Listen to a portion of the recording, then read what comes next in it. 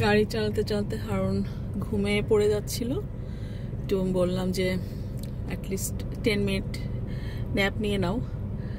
আর আমি তো বসে আছি। আসার সময় কি করব, আসলে লাঞ্চ করেই বের হয়েছি। তারপর একটু স্ন্যাক্স কিনে দিল আমাকে গ্যাস স্টেশন থেকে গ্যাস নেওয়ার সময়।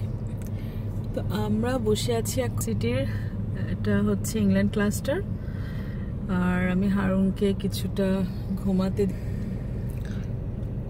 ঘুমালে ঠিক করে ঘুমাও, সময়টা নষ্ট করবে না। তো মনে হলো যে একটু নিজে নিজে কিছু কথা বলি।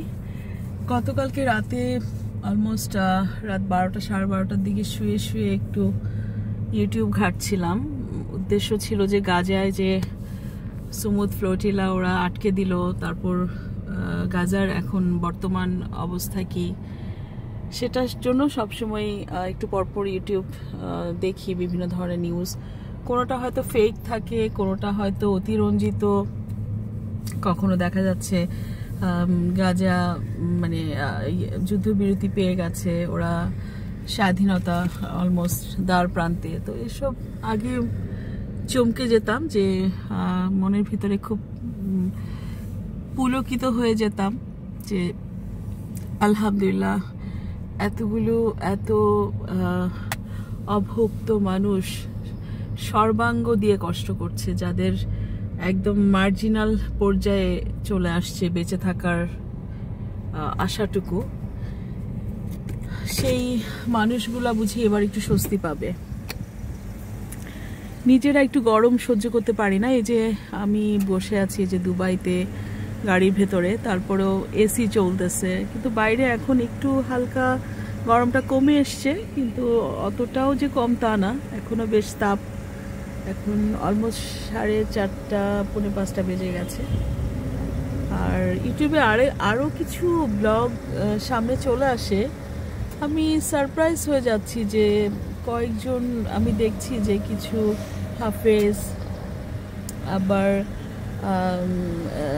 কি বলবো, মুফতি নামে বলছে তাদের নাম, এবং তারা বিভিন্ন ইয়াং ছেলেদের ইন্টারভিউ নিচ্ছে যে আল্লাহ রাসূল আমাদের প্রিয় নবী হযরত মুহাম্মদ সাল্লাল্লাহু আলাইহি সাল্লামের চারিত্রিক বিভিন্ন কালিমা লেপন করে বিভিন্ন ঘটনার উদ্ধৃতি দিয়ে তার চরিত্রকে মেয়ে ঘটিত, তার বিবাহ নিয়ে নানা ধরনের খারাপ কথা বলে সে বিভিন্ন ইয়াং মানুষদের এগুলোকে মানে প্রশ্নবিদ্ধ করছে যে এই মানুষটার চরিত্র এত কলঙ্কিত।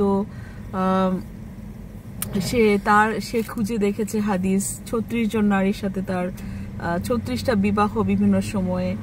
আবার যারা মানে ছেলেগুলা যারা ইয়াং, যারা রাসূলকে মানে সাপোর্ট করে বলছে যে ইসলামের যে গোড়া, ইসলাম শুরুই হয়েছে আল্লাহ রাসূল আল্লাহর হুকুমে যে নিয়মগুলো বেঁধে দিয়েছেন রাসূল, মানে আল্লাহর হুকুম এবং রাসূলের পথে দেখানো নির্দেশিত নিয়মে যে যারা বিশ্বাস আনবে তারাই হচ্ছে মুসলমান। এটা ঈমান, এটি হচ্ছে ঈমান, এবং ওনার দেখানো পথে আমরা চলবো। তো সেখানে একটা কথা বলা হচ্ছে যে উনি তো বহু বিবাহ করতেন, তারপর উনি নাকি কোন দাসীর সঙ্গে ওনার বাচ্চা হয়েছে, ওনার সব কিছু বলতো যে মা আয়েশা 9 বছর বয়সী বিয়ে করেছেন।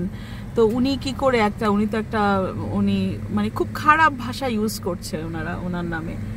আমি অবাক হলাম, এই ছেলেটা নিজেকে মুফতি বলতেছে, মাথায় টুপি, সে 6 থেকে 7টা ইয়াং জেনারেশনের ছেলেকে রীতিমতো তাদের মনের ভিতরে কনফিউশন ঢুকানোর জন্য মানে প্রচন্ড এবং এটার ভিউ হয়েছে মনে হয় 4.5 লাখ, এবং সমস্ত অলমোস্ট বেশিরভাগই নাস্তিকেরা কমেন্ট করছে, তাকে বাহাবা দিচ্ছে, সে খুব সাহসী। অনেক মুসলিম দেখলাম তারা নাস্তিক হয়ে গেছে, বললো ইসলাম ধর্ম ছেড়ে দিয়েছে। তো আমি যেটা বুঝি না যে এই ইসলাম ধর্মের ভিত্তি হচ্ছে যে আল্লাহ সৃষ্টিকর্তা এক এবং অদ্বিতীয়, এবং আমরা যা দেখিনি, উনি গায়েব আছেন। উনি আল্লাহর রাসূলের পথে, আল্লাহ এবং আল্লাহর রাসূলের পথে দেখানো যে সমস্ত নির্দিষ্ট নিয়ম কানুন এবং নির্দিষ্ট করা যেই আখলাকগুলো, যেই রীতিগুলো, যেই নিয়মগুলো, যেমন আল্লাহ তো সব কিছু ডিটেলস বলবে না, আল্লাহ রাসূলের মাধ্যমে উনি মেসেজ পেয়েছেন ফেরেশতাদের মাধ্যমে, এবং আল্লাহ রাসূল বলে দিয়েছেন আমাদের জীবনের দিক নির্দেশনা যে সুন্দর পবিত্র জীবন করার জন্য। আর উনি যদি বহু বিবাহ করে থাকে সেটা আল্লাহর নির্দেশে করেছেন। আমার কথা হচ্ছে আল্লাহ আমাদের সৃষ্টিকর্তা, আমাদের এই পুরা জাহান, সারা মহাবিশ্বের একমাত্র সৃষ্টিকর্তা, এটাকে বিশ্বাস করতে হবে।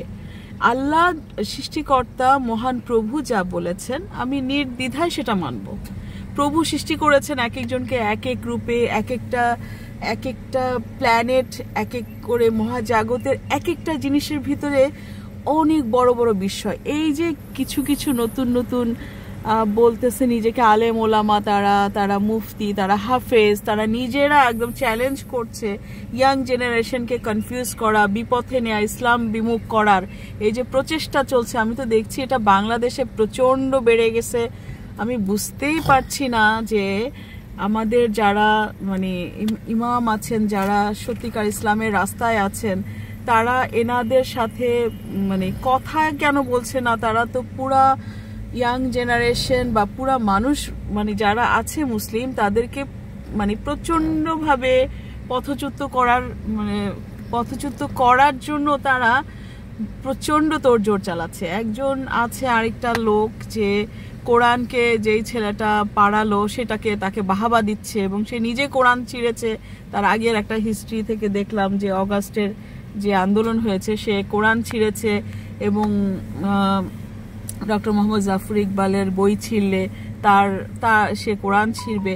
এই ধরনের লোকের বিবৃতি ইউটিউবের সমানে, এবং তাদের ভিউ 5 লাখ 6 লাখ।